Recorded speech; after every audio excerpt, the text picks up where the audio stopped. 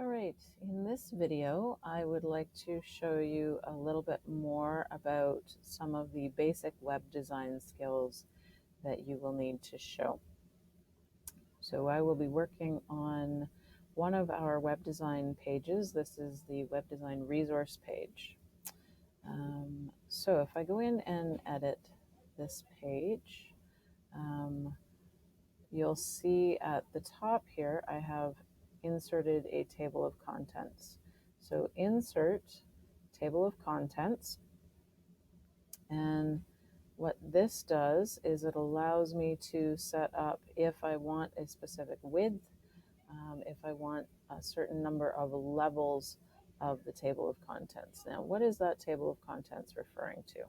Well, we'll see in a moment as I go back to this that what it's doing is it's taking wherever I have used these built-in headings. So here you can see I've used a heading 2 for this Google Sites tutorial.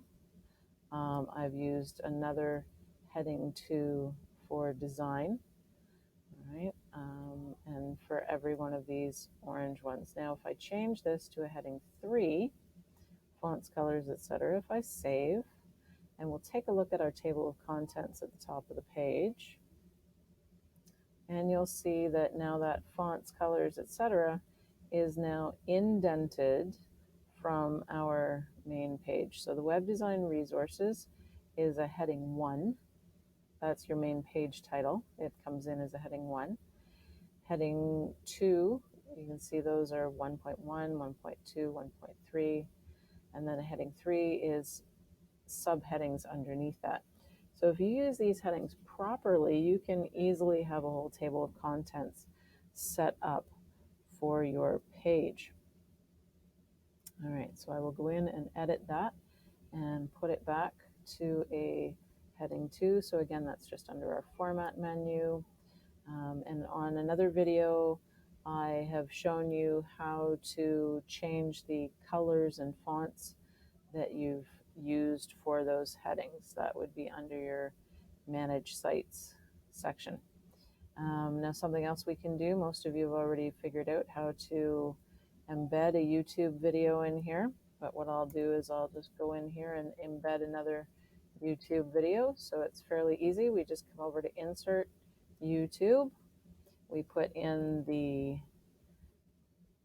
link, the URL of the YouTube video that we want, and in this case I am putting up the YouTube video that I've created on changing the themes, colors, and fonts. And we can include a border or not. We can change the title that is displayed. I will save that and I will hit save. Now you'll notice that this video is coming in a little wider than the rest because of the size that I chose for that video. Okay, so you can change the sizes. You can take that border and text off if you want. Coming down here, you'll notice I've got all these little bulleted lists.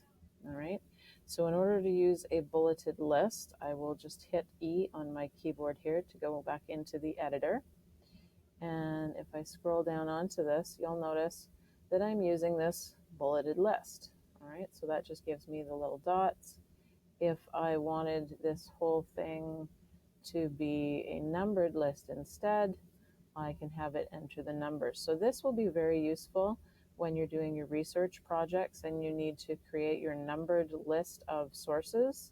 You can just use this built-in list right here and it automatically gives you the numbers. So if I want to add something in the middle, you'll see the numbers automatically update for me. All right, so I'm just going to cancel and discard all those changes. So those are built-in lists that you should be using within your websites. Something else that you may want to look at, I have to go back into my editor. You'll notice that I have linked this. So what I have done is I've highlighted the text that I want to turn into a link, and you come up to this link button here um, to insert a link. So let's look at one here that I don't have a link for. So this scrolling marquee, I would come into this link button. Now, if I want to link to a specific page within my site, I have the list of pages here. If I want to go to an external web address, then I would put that external web address that I want to link to in there. And then I would click this open link in a new window. Whenever you're going to a website address that is not on your site, instead of replacing the current tab that we're on, it's always nice if it opens in a new tab so that you still have the original page open. So you should check this box to open the link in a new window. Now I actually don't want this to be linked right now, so I'm just going to cancel that. All right, some of the other features we have up here. If I wanted to indent some of this text, I could come up here to my increase indent. You'll notice it comes in, or decrease indent brings it back in line. All right. You'll notice that most of my text is left aligned. It's okay if you want to center things like titles, some of your headings you might want to center. Every once in a while, you need to right align some text to go underneath a picture. But normally for most text, you will leave it as left aligned. It's actually much easier to read when it is left aligned. If you bring in some text that has formatting already attached to it, it might come in a different size font or different colors or things like that. What you would do is you would highlight the text that you want to take the formatting off of, and then you would click this remove formatting button, and that, so you'll notice that that just took the link, the bulleted list off of that. So I will just Control Z to put that back on. All right, so those are some of the features within the basic web design skills that you need to be using. In addition, you could use a table to format some of your things if you wanted a certain section of your page to be in columns, but not the whole thing, just a small section. You could use a table. You could go into layout if you wanted the majority of your page to be columns or things like that. All right, so those are some of the different features that you need to be displaying on your websites.